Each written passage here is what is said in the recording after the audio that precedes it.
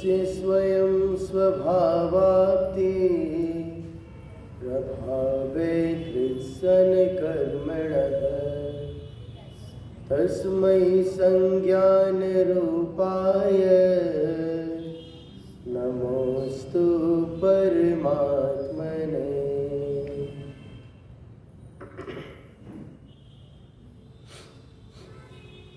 आचार्य पूज्यपाद द्वारा रचित इष्टोपदेश नामक ग्रंथ पर हमारी चर्चा चल रही है, जिसमें इष्ट का उपदेश दिया जाए वही इष्टोपदेश है।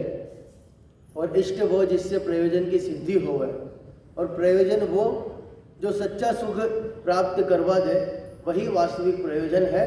और ऐसे प्रयोजन की सिद्धि जिसे पढ़ने मात्र से होती, जिसको समझने मात्र से हो रही है, वो ग्रंथ, वो उपदेश आचार्य पूज्यपाद ने इष्टोपदेश ग्रंथ में दिया है, जिस पर हमारी चर्चा चल रही थी कि जीव कैसे कैसे मोह के वशीभूत होकर ज्ञान पर मोह का आवरण होने से किन किन में अपनत्व बुद्धि करता है, ममत्व बुद्धि करता है, और उस कारण से अपने स्वभाव को नहीं पहचान पाता। और जब उस धन की बात चली कि दुरर्जेन सुरक्षेण नश्वरेण धनादिना स्वस्थ मन्यो जनः कोपी ज्वरा नीव सर्पिषा, वो धन तीन बातें बताई थी, दुरर्जेन, असुरक्षेण और नश्वरेण। आपको ख्याल में आया होगा दुरर्जेन क्या मतलब बताया था? जो बड़ी कठिनाई से जिसका अर्जन हो, कठिनाई से कमाया जाए, आसानी से कमाई नहीं होती, कठिनाई से कमाया जाने वाला। असुरक्षेण मतलब जिसकी सुरक्षा करना संभव नहीं है। और नश्वरेण जो नाश को प्राप्त होने वाला है, नाश होने वाला है। धन आदि नाम, धन आदि असुरक्षेण, दुरर्जेन और नश्वरेण। फिर भी स्वस्थम अन्य जन कोपी ज्वर वाणी व सर्पिषा, उदाहरण दिया था, कोई व्यक्ति बुखार से पीड़ित है और घी पी करके, मानो बादाम का हलवा खाने लग जाए, घी पीने लग जाए, घी मतलब पीने लग जाए और फिर कि मैं तो स्वस्थ हो गया क्या? घी पीने से, बादाम का हलवा खा लेने से वो बुखार वाला स्वस्थ थोड़ी हो जाता है। तो फिर क्यों घी तो और मना बताया होता है, उसको तो अवॉइड करना बोला है, और उसी का सेवन यदि करेगा तो बीमार ठीक तो नहीं होगा, अपितु और ज्यादा बीमार हो जाएगा। वैसे ही कह रहे थे कि संसार में दुखी तो है, धन आदि से सुखी मानना चाहे तो धन आदि से सुखी तो नहीं होगा, अपितु संसार में दुखी तो था ही सही, धन आदि के चक्कर में और ज्यादा दुखी हो जाएगा। लेकिन हाँ, मैं बताया था ना, बिल्कुल कमाने की दौड़ में ऐसे लगे हुए हैं, अगले श्लोक में बताएंगे, कमाने के चक्कर में जीवन को दांव पर लगा देता है, जीवन को दांव पर लगा कर भी कमाना चाहता है, जीवन के मूल्य के ऊपर, अपने जीवन का मूल्य के साथ में उनके बराबर उस कमाई को रखता है। ऐसा ही बताएंगे अगले श्लोक में। तो कमा कमा कमा कमा, बस कमाना है। वो आपको एक उदाहरण याद आता होगा, सुना हो आपने कभी तो, कोई व्यक्ति घर में खाट पे आराम से, बिल्कुल एक लड़का जो खाट पर आराम से सोया हुआ था, भाई साहब, एक लड़का खाट पर आराम से सोया हुआ है, न कोई काम करता, न कुछ, न कमाई दमाई कुछ नहीं करता। तो घर वाले क्या कहते हैं, क्या कहेंगे, भाई थोड़ा काम धंधा कर, कमा तो सही, कमा धमा, कुछ तो काम कर। नहीं कर रहा था, वो आलसी व्यक्ति है ना, आलसी लड़का, कुछ तो कमा भाई साहब, कुछ तो कमा, कि उससे क्या हो जाएगा, भाई कमाएगा तो शादी हो जाएगी। शादी भी उससे होती ना, जो भाई रास्ते चलते से तो शादी करते नहीं है। मैंने कहा था ना, वरम प्रत्यय पदम देवम वाले, उसमें वरम का मतलब, वर का मतलब, शादी कमाई करेगा तो कम से कम तेरे पास पैसा आएगा, पहले तो कमाई करेगा तो पैसा इकट्ठा होगा, पैसे का अर्जन होगा, कि उससे क्या होगा, तेरे पास पैसा होगा तो कोई तेरे को अपनी लड़की ब्याह देगा, शादी हो जाएगी, कि फिर क्या होगा, शादी हो जाएगी, बाल बच्चे हो जाएंगे, फिर क्या होगा, तो बढ़िया अच्छा सब कुछ होगा, तेरे पास सब संपत्ति होगी, कि फिर क्या होगा, उससे क्या होगा, उससे सारी सुख सुविधाएं मिल जाएगी, उससे क्या होगा, कमा लूंगा, बच्चे हो जाएंगे, दीदी आ गई, बच्चे हो गए, सुख सुविधाएं मिल गई, उससे करेगा क्या? फिर आराम से बैठ करके आराम से बैठ ना। तो अभी क्या कर रहा हूं? अभी क्या कर रहा हूं? अभी भी तो आराम से ही बैठा हूं ना। खैर वो तो प्रसंग आया तो बता दिया मैंने, जब कमाई के चक्कर की बात आई थी। तो फिर जब जब यथा योग्य कार्य होते ही हैं, होने ही चाहिए वो तो। बाकी कह रहे उसके चक्कर में जीवन दांव पर नहीं लगाना और उसी को सब कुछ मान करके बैठा हो तो ये सही नहीं है। धन आदि को ही सब कुछ मान करके बैठे। प्रश्न याद है आपको क्या था भाई साहब? वो बताया था ना, विपद भव पदावर्ते पदी के वादी वाहयते। संसार में एक के बाद विपत्तियां आती है। एक विपत्ति, हाँ वो रहड़ आपके रहल क्या कहते हैं, बताया था ना कल, रट वो रहट घूमता रहता। एक विपत्ति आकर के गई, वो गई नहीं, उससे पहले अनेक विपत्तियां खड़ी हो जाती है यहाँ तो संसार में। तो प्रश्न ये था कि ये बात तो आप विपत्ति वाले के लिए कह रहे हैं, संपत्ति वालों को थोड़ी दुख है। तो पता है संपत्ति वालों के भी विपत्तियां ही हैं। वो संपत्ति खुद एक विपत्ति का कारण है और एक नहीं अनेक विपत्ति का कारण है। बोलो, कमाने की टेंशन वो दुख नहीं है क्या? जो कमा लिया उसमें संतुष्टि नहीं होती, और अधिक कमाने की वो दूसरी टेंशन, वो भी तो विपत्ति है, वो भी तो बीमारी है। अब जो कमा लिया, इकट्ठा कर लिया, उसको संभाल कर रखने की टेंशन, वो भी तो एक विपत्ति है। कमाया हुआ है, अब उसको संभाल के भी तो रखना है, उसकी सिक्योरिटी भी तो करनी है, मेंटेन भी तो करना है, उसको बनाए तो रखना है। पैसा बनाना बड़ी बात नहीं, पैसा बनाए रखना बड़ी बात है। हम तो वही चक्कर में लगे हुए, बिल्कुल मेंटेन करने के चक्कर में। हो पाता है क्या? नहीं हो पाता। वो तो जब जैसी जो व्यवस्था होनी हो वही होती, आपके करने से कुछ हो पाता नहीं है। व्यर्थ में उसमें सुख मान करके बैठा है, जबकि उसके चक्कर में तो और ज्यादा दुखी है, और दुखी है।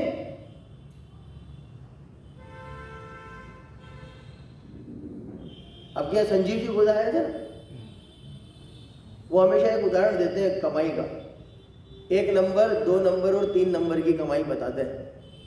आपको ख्याल है उदाहरण? कमाई के चक्कर में, कमाई की बात चल रही थी। 1 नंबर की कमाई समझते हैं अंकल जी?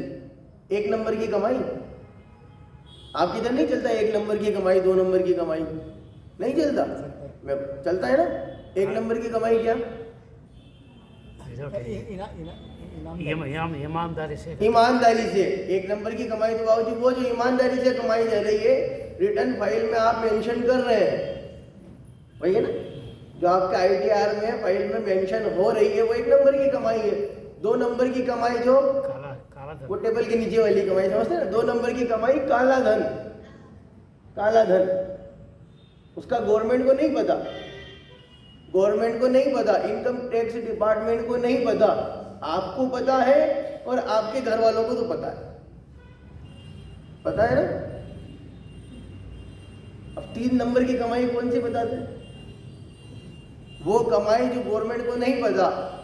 2 नंबर की कमाई आपको और आपको पता है, गवर्नमेंट को नहीं पता, लेकिन आपके घर वालों को तो पता है।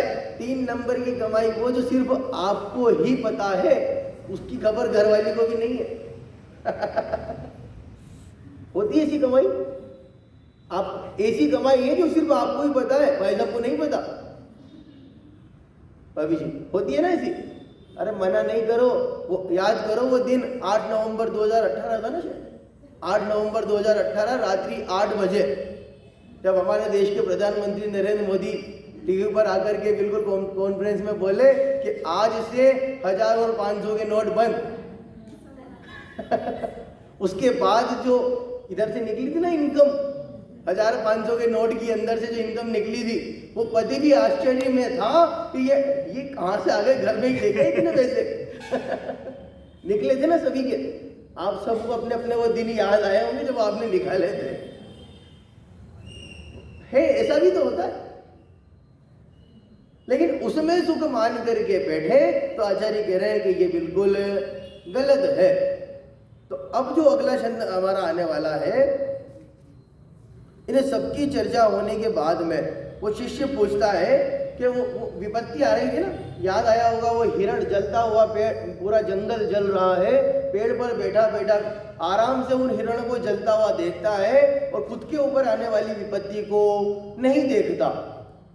तो फिर वो शिष्य पूछ रहा है ऐसा क्या कारण है जो खुद स्वयं के ऊपर आई हुई विपत्तियों को देखता ही नहीं, गिनता ही नहीं, ऐसा कारण क्या है?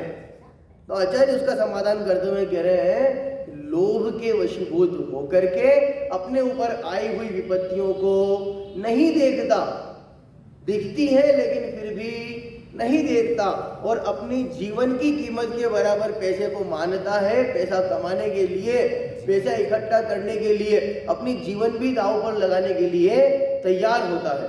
उसके लिए अगला श्लोक कह रहे हैं, मेरे साथ पढ़िएगा बाद में। आयुर्वृद्धि क्षयोत्कर्ष, आयुर्वृद्धि क्षयोत्कर्ष, हेतुम कालस्य निर्गमम्, वाञ्छतां धनिनामीष्टम्, जीवितात् सुतरां धनाम्, जीवितात् सुतरां धनम्। आयुर्वृद्धि क्षयोत्कर्ष, देखना 4 बातें कही थी, आयु, वृद्धि, क्षय, उत्कर्ष। देखिएगा, आयु, क्षय, वृद्धि, उत्कर्ष। आयु जीवन, क्षय आयु के क्षय होने पर, और वृद्धि उत्कर्ष, उत्कर्ष मतलब होता है ब्याज। याद पहले दिन जब अपन बैठे थे यहाँ पर, तो मैंने वो उदाहरण दिया था कि यदि हमने कोई पैसा ब्याज पर दिया हो तो कब वो 2 महीने 6 महीने निकल जाए उसका इंतजार करता है, उस ब्याज के चक्कर में वो 6 महीने भूल जाता है, कब जल्दी से जल्दी जीवन समय निकले वो इच्छा करता रहता है। वही उदाहरण यहाँ पर आचार्य पूज्यपाद ने यहीं से था उदाहरण। आयुर्वृद्धि क्षयोत्कर्षम हेतुम कालस्य निर्गमम, आयु क्षय उत्कर्ष वृद्धि, आयु की क्षय होना तथा और ब्याज के वृद्धि होने के हेतु अर्थात कारण, कालस्य निर्गमम, काल का निर्गमन होना, व्यतीत होना, समय का व्यतीत होना। वांछिताम धनिनाम इष्टम, वांछिताम इच्छा, धनिनाम इष्टम धन जिसको इष्ट लगता है, जीवितात सुतराम धनम, उसे वो धन उसको अपने जीवन से भी ज्यादा श्रेष्ठ लगता है। कहना क्या चाह रहे हैं, मान लो जिसने, मैंने वो उदाहरण याद कीजिएगा कि आपने 2 लाख रुपए या 1 लाख रुपए ब्याज से 2% के ब्याज से दिए थे, याद आ रहा होगा आपको, 1 लाख रुपए 2% के ब्याज से जिसने दिए हो, अब वो इंतजार करता है कि कब महीना पूरा हो और कब अपने 2000 रुपये आ जाए। यही है ना। अब वो विचार नहीं करता, फटाफट 6 महीने की कॉल हो तो 6 महीने इतनी फटाफट, कब 6 महीने हो और कब 12,000 हुए, ठीक है ना, फटाफट उगाई हो गई, 6 महीने 12,000 कमा लिए। अब वो ये विचार नहीं करता कि मेरे जीवन के 6 महीने जा रहे हैं इस चक्कर में, लेकिन मन में हमेशा विचार, अरे यार आज कितनी तारीख है, 1 तारीख नहीं हुई क्या, अभी 1 तारीख नहीं आई क्या, 1 तारीख नहीं आई क्या, आज कितनी हो गई, 22 हो गई, हाँ बस ठीक है, 8 दिन और बचे, ये 8 दिन और बचे हैं, बस कब 8 दिन निकले और कब महीना पूरा हो और कब वो 2000 रुपये वापस से पक करके आ जाए ब्याज के। इस चक्कर में, उस ब्याज के चक्कर में, ब्याज के बढ़ने के चक्कर में वो आयु का नाश हो रहा है, धीरे धीरे समय व्यतीत हो रहा है, उसका विचार नहीं करता। कौन नहीं करता? वांछिताम धनिनाम इष्टम, जिसको धन इष्ट होता है, धन की इष्ट, धन को प्रिय मानने वाला वो जीव, वो व्यक्ति, जीविताद सुतराम धनम, अपने जीवन से भी ज्यादा श्रेष्ठ, जीवन से भी ज्यादा प्रिय उस धन को मानता है। तो पैसे के चक्कर में आपको पैसा मिला, उसके लिए हर सब कुछ करने के लिए तैयार है, आप तो बोलो बस कितना मिलेगा, मैं तैयार हूं। ऐसा तक करते हैं जितना पैकेज फिक्स हो ना, पैकेज होते हैं आजकल तो पैकेज फिक्स हो और ज्यादा पैकेज वाला मिल रहा हो, काम की टेंशन नहीं, काम तो सब जगह होता ही है। काम कौन सी जगह काम नहीं लेते, तो थोड़ा सा ज्यादा कर लेंगे, काम करेंगे तभी तो पैसे मिलेंगे, कोई बात नहीं, हम तो करने के लिए तैयार, तो पैसा मिलना चाहिए। पैसा मिलना चाहिए, सब काम तैयार है करने के लिए, उसके पीछे भूख प्यास चैन सब भूल जाते हैं। याद करो सुबह का वो प्रवचन पंडित जी साहब जो उदाहरण दे रहे थे कि दुकान में यदि कोई ग्राहक आ जाए, बड़ा ग्राहक हो और घर से फोन आ रहा है तो क्या कहते हैं, कर लो भोजन, मेरा इंतजार मत करो, एक दिन नहीं खाएंगे तो मर जाएंगे क्या। मतलब पैसा कमाने के चक्कर में ये कह रहे हैं जिसको धन इष्ट होता है वो धन के चक्कर में अपने जीवन को दांव पर भी लगाना पड़े तो जीवन दांव पर लगाने के लिए तैयार है, लेकिन पैसा आना चाहिए, पैसा आना चाहिए था। प्रश्न याद है क्या प्रश्न था? अब लिंक भूल जाता वो शिष्य के शंकाओं की, शिष्य के प्रश्न की वो लिंक नहीं भूलनी। प्रश्न था जब हिरण वाला उदाहरण दिया था कि स्वयं के ऊपर आने वाली विपत्तियों को नहीं देखता, तो पूछा था ये मनुष्य किस कारण से स्वयं के ऊपर आने वाली विपत्तियों को नहीं देखता। उसका समाधान करते हुए बता रहे थे कि लोभ के कारण, जैसे उदाहरण जैसे बताया ना, जिसको धन का लोभ हो वो जीवन दांव पर लगाने के लिए तैयार है, लेकिन उसको धन चाहिए। चाहिए साहब, आप काम ले लो, मैं करने के लिए तैयार हूं, आप तो बोलो बस। होता है ना खतरों के खिलाड़ी क्या करते हैं, अब एक बिग बॉस बड़ा चलता है, उसमें कुछ भी काम करवाएंगे, कितना ही बड़ा सेलिब्रिटी हो उसको पैसा मिल रहा है और उसको क्या मिलती है उससे, और टीआरपी, खुद की भी तो टीआरपी बढ़ रही है, वो फ्रेंड फॉलोइंग बढ़ रही है ना, अब वही उसको उस टीआरपी का लोभ है, फ्रेंड फॉलोइंग का लोभ है, इसके लिए बड़े से बड़ी सेलिब्रिटी भी उस बिग बॉस वाले सीरियल में जाती है और वो जाकर के वहाँ कुछ भी काम बोले नहीं, कपड़े धो दो कपड़े धोएगा, वो क्या क्या करवाते मैं देखता नहीं इसलिए पता नहीं मेरे को, बाकी सब कुछ होता है उसमें शायद। अब वो ये पता नहीं इसको देखने वाले उसमें मन कैसे लगा लेते होंगे उनको देखकर। आप देखते हैं, सुना तो है ना, होता है ऐसा, वो सब कुछ करने के लिए तैयार है ना, क्यों करते हैं वो, कोई कमी है क्या उनको? भाई वो ऐसे तो नहीं है कि उनको खुद ही वो काम करने पड़े कि वही खाना बना रहा है, सब काम धंधे छोड़ करके, कोई काम नहीं कर रहा वो, जब तक उस घर के अंदर है उसको बाहर जाने को नहीं मिलता, शायद मोबाइल फोन भी अलाउ नहीं होते, कुछ नहीं होता। देखो कितना करने के लिए तैयार है, जो मोबाइल छोड़ता नहीं छोड़ने के लिए तैयार है, जो काम वो कभी सोचेगा नहीं उस लेवल पर पहुंचने के बाद अब ये काम मैं थोड़ी करूंगा, लेकिन करने के लिए तैयार है। क्यों आचार्य कुछ बात कह रहे हैं, लोभ के कारण। तो जिसको टीआरपी का लोभ हो वो अपना जीवन दांव पर लगा करके भी वो खतरों के खिलाड़ी में जाएगा और वो खतरों के काम करेगा, कुछ भी करने के लिए तैयार है। तो फिर वो जो सामने शिष्य बैठा है ना, वो कह रहा है देखो साहब बहुत देर हो गई, कब से सुन रहा हूं मैं, पिछले 4-5 श्लोक हो गए, बहुत देर हो गई, कब से सुन रहा हूं, अब देखो ज्यादा सुने नहीं जाती। कि क्यों? कि वो धन जो प्रशंसा का कारण हो, जिसे जो पुण्य उपार्जन करने का कारण हो, जिस धन से पुण्य कमाया जा सकता हो, उस धन को आप इतनी देर से बेकार बताए जा रहे हो। अब बहुत देर होगी, अब सुने नहीं जाता था।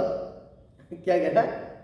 अब सुने नहीं जाता, 3-4 श्लोक हो गए, अब कब से बुराई करे जा रहे हो उस धन की। कह रहा है जिस धन से पुण्य का उपार्जन होता है वह धन निंद्य अर्थात निंदा के योग्य कैसे हुआ, कैसे कमाया जाता है, पुण्य कैसे कमा रहा। वो कह रहा है कि साहब कहीं दान देना हो, पैसा तो चाहिए ना,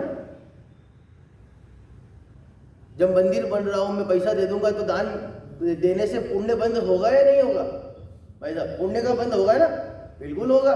आपका हॉस्टल चल रहा है, वो सिद्धायधन चलता है, वहाँ पैसा अभी चल रहा है कि भाई वहाँ हमें इन्वेस्ट करना है, आपको वहाँ दान देना है, बिल्डिंग हमें बनानी है बच्चों के लिए। जब आप ज्ञान दान में वहाँ बच्चों के लिए पैसा दे रहे हैं तो पुण्य का बंद हो रहा है, वास्तव में होगा ना। जहाँ भी आप दान आदि देंगे तो अगर पैसा ही नहीं होगा, साहब आप के देख रहे हो, अभी वहाँ मांग रहे 3 करोड़ इकट्ठे करने हैं, 2.5 लाख का एक कमरा है, अब मेरे पास 2.5 लाख होंगे तब तो मैं दूंगा ना।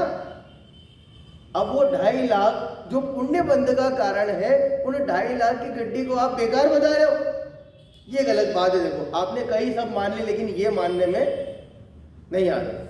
आपको भी जम रही होगा ना बात, तो बिल्कुल बात तो सही है ना।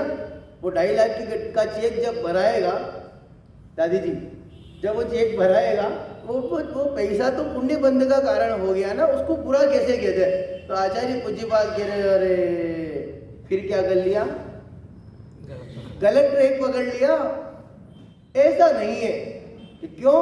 उसके लिए देखिए, त्यागाय श्रेयसे वित्तम। देखिए जिनके पास ग्रंथ नहीं है ना, मैं रोज कह रहा हूं, आप तेज सुर में बोले, आपको याद भी होगा। त्यागाय श्रेयसे वित्तम, त्यागाय श्रेयसे वित्तः संचिनोति यः, वित्तो संचयति स्वशरीरं सपंकेन, स्वशरीरोपङ्केन स्वशरीरं सपंकेन स्वशरीरसम्पङ्केन स्नास्यामीति विलम्पति, स्नास्यामीति विलिम्पति। विलम्पति पुण्यार्थ करना दान निर्धन, अतः चाहे वित्त को, जो नहाऊंगा मैं अतः करदम से लेपे देह को। कुछ समझ में आया? स्नान करने का क्या बताया?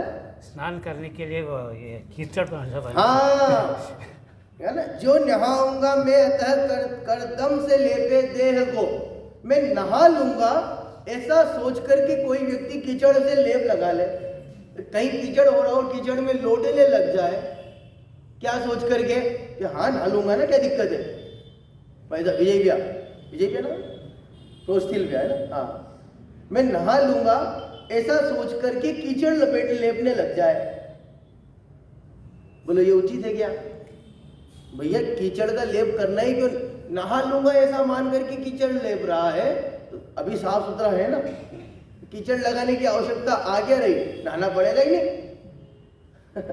त्यागाय श्रेयसे वित्तम, वित्तः संचिनोति यः।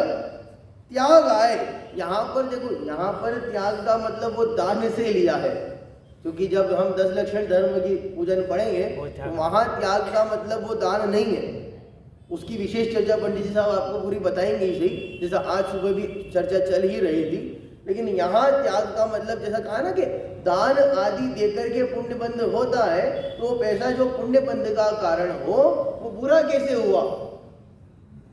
ऐसे ही कह रहे हैं कि पानी से नहा लेने से शरीर साफ हो जाता है, तो मैं कीचड़ लगा लूं, नहा लूंगा ऐसा सोच करके कीचड़ लगाता हो, तो मैं दान दे दूंगा ऐसा सोच करके जो व्यक्ति पैसा कमाने के लिए पाप कार्य करता हो, पैसा तो भाई पाप कार्य करके ही पैसा कमा रहा है, कहीं ना कहीं पैसा इकट्ठा करे, अधिक से अधिक पैसा इकट्ठा करने की इच्छा हो तो पाप कार्य तो हो रहा है, बराबर बात है, पाप कार्य तो हो रहा है। अब वो पाप कार्य इसलिए कर रहा है कि मैं दान आदि दे के पुण्य बंद कर लूंगा, तो करना ही क्यों? पहले तो तू पाप बंद करे, फिर पुण्य बंद करके उस पाप को धोना चाहे, इतना झंझट में पड़ने का ही क्यों? आचार्य कुछ ही बात कह रहे हैं, इतने झंझट में पड़ने का ही क्यों? पहले पाप करो और ये सोच करके कि मैं दान आदि दे करके पुण्य कर लूंगा, इसलिए अभी पाप से पैसा कमा रहा हूं, बेकार है ना। उदाहरण क्या दिया था? कीचड़ से कोई व्यक्ति कीचड़ का लेप लगा ले और ये सोच करके मैं बाद में नहा लूंगा, अभी कीचड़ से लेप लगा लेता हूं, अभी कीचड़ में लोट लूं आराम से, मैंने कहते हैं लोटे मारना, लोटे लगाना, तो कीचड़ में लोटे लगाने लग जाए और के बाद में तो नहा ही लेंगे, क्या दिक्कत है? तो पाप आदि कार्य करके वो पैसा कमाने लग जाए कि बाद में तो दान दे ही दे देंगे और पुण्य बंद कर लेंगे, ये गलत है साहब। इससे बेटर तो ऑप्शन ये है कि पहले पाप करके फिर पुण्य बंद करके उस पाप को धोना चाहो, इससे अच्छा है कि पाप करो ही मत, फिर दान आदि करके पैसा पुण्य बंद करना ही ना पड़े, क्योंकि वो पैसा ही पाप का कारण बता रहे हैं। समझ में आया ना? पाप का बाप है। उदाहरण और भी दिया है इसकी टीका में, जैसे वर्षा ऋतु में नदियां गंदे पानी से ही उफड़ती है, वैसे ही पाप भाव से धन का उपार्जन होता है। इसलिए धनोपार्जन करने का पाप भाव करना और फिर पुण्योपार्जन के लिए उस धन को पूजा पात्र आदि दान आदि शुभ कार्यों में मैं खर्च करूंगा, ऐसा अज्ञान भाव करना मूढ़ भाव है, मूर्खता है। ये कौन सी समझदारी हुई साहब कि पहले कीचड़ लगाओ कि नहा लूंगा, पहले पाप का बंद कर लो तो पुण्य कर दूंगा। तो साहब कह रहे हैं कि ये तो गलत है। तो फिर वो जो शिष्य बैठा है सामने, वो शिष्य कह रहा है साहब आप सब बात मेरी काट देते हो। हाँ यही तो है ना, मैं सब बात मैं पूछता जाता हूँ, आप मना करते जाते हो, मैं पूछता जाता हूँ, आप मना करते जाते हो, मेरी हर बात का खंडन कर रहे हो। लेकिन जिसकी बात मैं अब मैं कहने वाला हूँ कि वो जो भोग और उपभोग के लिए वो जो पैसा है ना, आप जिसको बुरा कह रहे हो, संसार में रहना है तो भोग उपभोग करना है ना भाई, हो ही रहा है। वो तो जो भोग उपभोग करेगा वो संसार में रहेगा ही सही।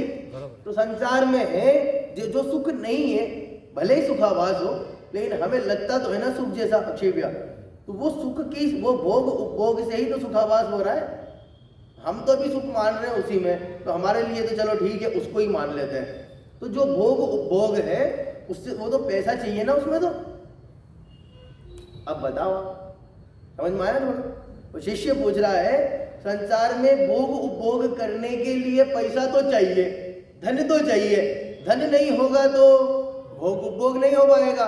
इसलिए भोग उपभोग करने के लिए उस धन का उपार्जन करना बहुत आवश्यक है। इसलिए आप उस धन को बुरा नहीं कह सकते,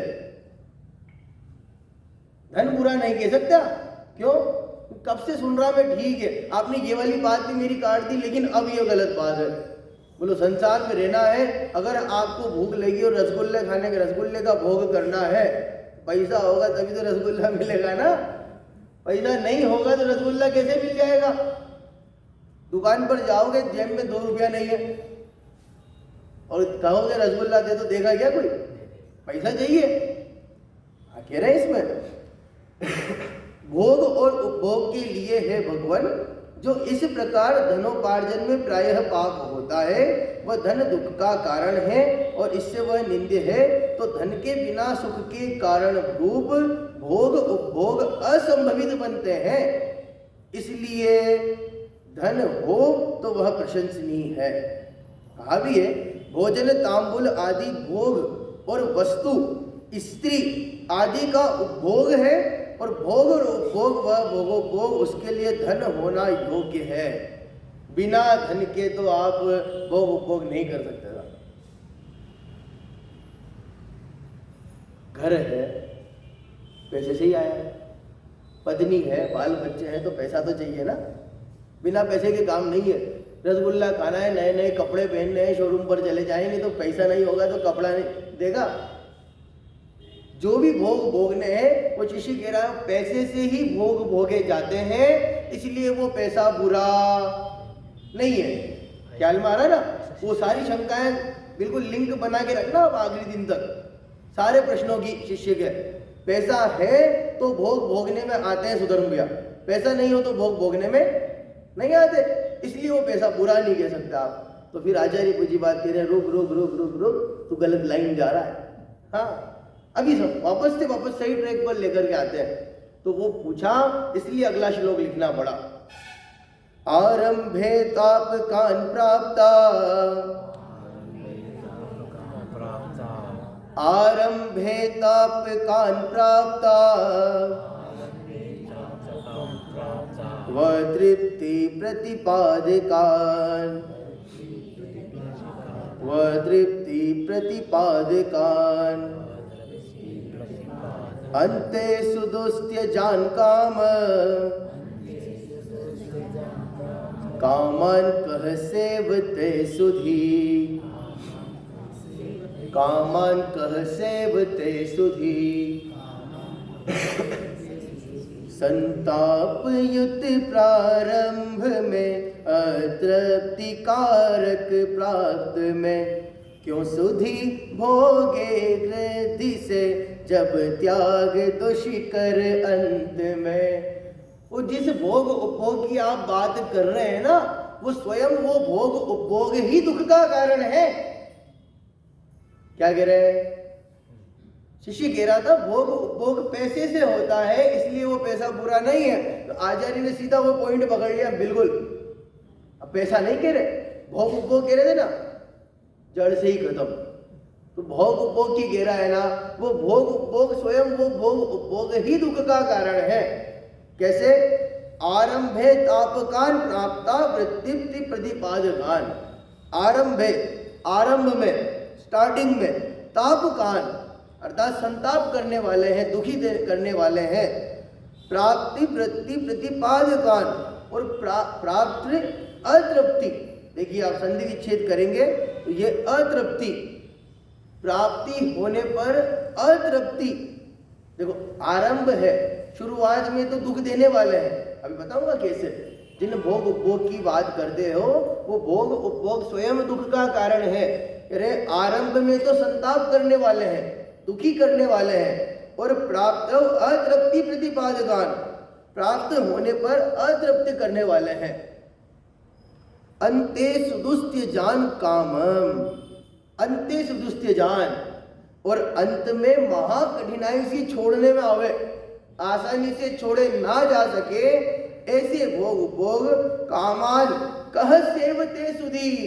कौन बुद्धिमान व्यक्ति ऐसा होगा जो उन भोग उपभोग का सेवन करेगा? कैसे? नहीं मिलने से पहले दुख देने वाले हैं, मिलने पर दुख देने वाले हैं, और मिल जाए तो भोग उपभोग छोड़ने पड़े तो छोड़ते समय महा कठिनाई से छोड़ने पड़े, वो छोड़ने में बहुत दुख देते हैं। उस दिन वो खीर का उदाहरण दिया था ना मैं, बच्चों को वो आए थे, खीर वाला उदाहरण दिया था, खीर बनेगी आज तो खीर बनेगी, है ना। वही लग गए, खीर बनने वाली है। अब बच्चों के अगर फेवरेट हो गया आज तो खीर बनेगी, अक्षय का स्मारक में बनती थी अपने खीर से लेते धोने से बिल्कुल डायरेक्ट है, चम्मच का काम नहीं है वहाँ। हाँ वहाँ चम्मच नहीं चलती, फिर तो अपने धोने वाला ही है सिस्टम सीधा। जब जिस दिन खीर बनने वाली हो उस दिन बिल्कुल माहौल अलग रहता था, पूरी बिल्डिंग में, रूम्स में, हॉस्टल में, पूरी बिल्डिंग में माहौल अलग। आज तो खीर बनेगी, बिल्कुल स्पेशल डे है, खीर बनेगी, खीर बनेगी, आज तो खीर बनेगी, आज तो खीर बनेगी, खीर बनेगी। कब मिले, कब वो भोजन का टाइम हो, कब भोजनशाला में चले और खीर मिलेगी। और मिलने से पहले दुखी हो रहा, अरे यार फटाफट मिल जाए, मिल जाए, मिल जाए, कब मिलेगी, कब मिलेगी, कब मिलेगी। आरंभे तापकान, आरंभ में दुख देने वाले हैं, मिलने से पहले ही दुख दे रहे हैं। बस जैसे तैसे वो ड्यूटी करने वाला अपना ही दोस्त हो, अपना वाला हो, तो वो एक की जगह दूसरा धोने में वापस से रख जाएगा। देख मैं पहले ही कह रहा हूँ, मेरे को तोल धोने लगते हैं, डबल चाहिएगा, करते नहीं करते। अब उसके चक्कर में विचार करें, कुछ भी हो आप अपने अपने घर में देखिएगा, आपके पसंद की कोई चीज बनने वाली हो और घर में पत्नी ने कह दिया हो इधर कि आज तो ये बनाएंगे, दुकान से जल्दी आ जा विजय भैया, बस कब मिलेगी, कब मिलेगी, कब मिलेगी। मिलते समय अतृप्ति करने वाले हो, अतृप्त करने वाले हो, और यार इससे तो काम नहीं चला। वो खीर मिल गई, एक दो नहीं मिली, अक्षय भैया के सुधर एक और चाहिए यार, एक और दोना चाहिए, एक बार और चाहिए यार, इससे तो मेरी तृप्ति नहीं हुई। तो वो जितने भी भोग है आपको कितना दे दे, बोलो कितने रुपए दे दूं कि आप संतुष्ट हो जाओगे? कोई टारगेट फिक्स है आपको, इतना रुपए हो जाएंगे अब मैं संतुष्ट हूं, नहीं होंगे। मिलने पर अतृप्त करने वाले हैं, उसकी संतुष्टि हमें नहीं होती। तृष्णा की खाई खूब भरी पर रिक्त रही वह रिक्त रही। कितना खा लें कि भूख मिट जाएगी, कितना खाए सुधर भैया, सुबह कितना पोहा खा लें कि भूख मिट जाएगी। एक प्लेट ले लिया, डबल ले लेते हैं, तीसरी भी ले लो, अब तो शांति है नहीं होगी। 4 घंटे बाद वापस भोजन करने का टाइम आएगा और फिर भूख लग जाएगी, फिर खाने लग जाता है। कितना सुबह खा लें कि शाम को भूख ना लगे, अगले दिन भूख ना लगे, लगती है ना। मैं समझ रहा था अब तक प्रभु भोजन से जीवन चलता है। अपनी बात नहीं तो है वो अलग है कि नरकों में भोजन भी जीवन। आप कितना भोजन कर ले कि आपको तृप्ति हो जाए, फिर आपको दोबारा भूख नहीं लगेगी। लगती है ना, खाते खाते भी अतृप्ति रहती है, अरे यार एक और मिल जाए, एक और मिल जाए, और मिल जाए। बस खाने की ही बात नहीं है, सारे भोग उपभोग लगा ले। वो मैं थोड़ा करती स्वीट लगाए तो अभी दूध की खा रहे। हाँ बिल्कुल, ये मिठाई हो, रसगुल्ला हो तो अरे यार एक और मिल जाए। कपड़े पहन रहे हैं, इतनी जोड़ी कपड़े हैं, अब एक जोड़ी और हो जाए मेरे पास तो। आप इधर, अब आपके इधर पता नहीं आपके इधर पता नहीं क्या है कि अभी तो मैं श्वेत वस्त्र में ही देखता हूँ ना, इसलिए हमारे इधर अभी हाल दूसरे होते हैं। मैंने स्पेशल मैसेज करके मेंशन किया वहाँ बेलगांव के लिए, लिख करके पिड़ावा समाज में कि यहाँ इतना बढ़िया है कि सब श्वेत वस्त्र धारण करके पूजन करते हैं और प्रतिदिन डेली श्वेत वस्त्र को ही धारण करके बैठते हैं। वहाँ सीखते ही नहीं, वहाँ दिन में 3 साड़ी बदलना चाहिए सही बात कह रहा हूँ, बिल्कुल गलत नहीं कह रहा। वहां ये नहीं कि त्याग के पर्व आए, संतोष के पर्व आए हैं, वहां पर्व आए मतलब स्पेशल बनेगा। हाँ, तो मैंने वास्तव में मैंने पिड़ावा जैन समाज में अभी कल ही लिखा है, मैंने यहाँ की पूरी न्यूज़ बना के लिख करके फोटो वगैरह डाल करके मेंशन किया यहाँ को, फिर भेजा वहाँ की, यहाँ इस तरह से प्रचलन चलता है। तो अब बाकी बात 10 दिन के बाद की, 16 दिन के बाद की यहाँ की नहीं पता, और बिल्कुल आशा ही नहीं, पूर्ण विश्वास है कि यहाँ भी वही चलता होगा जो मैं कहने वाला हूँ। वो पति बेचारा ये सुन करके परेशान है, जब अलमारी खोलती है, जब तैयार, भले पूरी अलमारी भर के कपड़े हो, दीवान में भी साड़ियाँ भरी हो, अलमारी में भरी हो, उसके अलावा रखने की जगह नहीं मिल रही, इतनी है। और लेकिन जब कहीं कार्यक्रम हो, प्रोग्राम में जाना हो और तैयार होने का नंबर आए तो कि मेरे पास तो साड़ी नहीं है क्या पहनूं, कपड़े ही नहीं बचे, कपड़े ही नहीं बचे। अरे गजब है। देखो मैं तो है ना हाँ, ये अनुभव, मैं तो देखो अपने अनुभव बोलता हूँ आप अपने अपने लगा लीजिएगा। अतृप्त, भोग भोगते समय अतृप्त करने वाले हैं, कभी इच्छा पूरी होती ही नहीं है। और अंते सुदुस्त्य जान कामम, और अंत में यदि उनको छोड़ना हो ना तो इतनी आसानी से नहीं छूटते साहब, इतनी आसानी से नहीं छूटते। छोड़ते समय बहुत कठिनाई से जो छोड़ने में आते हो, बोलो आप, पहले दुख, मिलते समय दुख, बाद में दुख। यहाँ तो दुखी दुख हो रहे हैं ना, मिलने से पहले दुख, मिलते समय दुख, मिलने के बाद छोड़ते समय, छोड़ने के लिए दुख। तो जो भोग उपभोग दुखी दुख के कारण हो, दुखी दुख देने वाले हो, कह सेवते सुधी, कौन बुद्धिमान व्यक्ति ऐसा होगा जो उन भोग उपभोग का सेवन करेगा। लो साहब, बात खत्म कर दी ना। वो शिष्य जो इतनी देर से उछल उछल करके कह रहा था कि ये धन अच्छा है, अच्छा है, अच्छा है, अब उसको पूरी तरह से आचार्य पूज्य पाद ने समझा दिया कि ये धन अच्छा नहीं है, श्रेष्ठ नहीं है। कि फिर वो जो शिष्य है ना सामने वो और समझाने के लिए उसको कहते हैं कि साहब ये शरीर वरीर तो अपना ही है, भोग उपभोग नहीं, भोगता तो मैं ही हूँ। ये जो शरीर है ना, इसके बारे में बता रहे हैं। शरीर के लिए भी अनेक दुख, भोग उपभोग की वस्तुएं प्राप्त करना चाहता है, उसका लक्षण आगे बताते हैं। भोग उपभोग किसके लिए प्राप्त करते हैं हम पता है? शरीर को सुखी करने के लिए, नहीं, दूसरे के लिए थोड़ी। अच्छे अच्छे कपड़े किसके लिए पहनते हैं? शरीर सुखी करने के लिए। आप खाते किस लिए हैं? शरीर सुखी करने के लिए। पहनना ओढ़ना, जितनी भी भोग उपभोग की क्रियाएं हैं, वे सारी की सारी क्रियाएं इस शरीर को सुखी करने के लिए ही तो कर रहे हैं। उस शरीर को सुखी करने के लिए की जाने वाली क्रियाएं, और उसके बारे में कह रहे हैं वो शरीर कैसा है, जैसे शरीर को सुखी करने के चक्कर में है ना, वो शरीर कैसा है, उसके लिए अगला श्लोक कह रहे हैं। अपन पढ़ करके अपनी बात समाप्त करते हैं। भवन्ति प्राप्य संगम शुचिनी शुचिन्यपि सकायः संततापायस् तदर्थं प्रार्थना वृथा।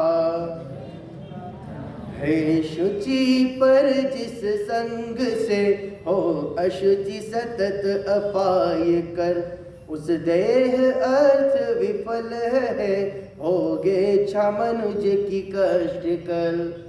बहुत गजब का समझाया इस छंद में हमें। जो शरीर भोग उपभोग के लिए सुखी माना जा रहा था, वो शरीर कैसा है? वो शरीर अशुचि है, दुखकर है, और उसके संयोग में पवित्र से पवित्र वस्तु भी आ जाए तो क्षण भर के लिए, क्षण मात्र के लिए भी पवित्र से पवित्र वस्तु इस शरीर के संपर्क में आती है तो वो पवित्र वस्तु भी अपवित्र हो जाती है। ऐसा समझाते हुए आचार्य पूज्यपाद ने श्लोक लिखा है, जिसकी विशेष चर्चा अपन कल के स्वाध्याय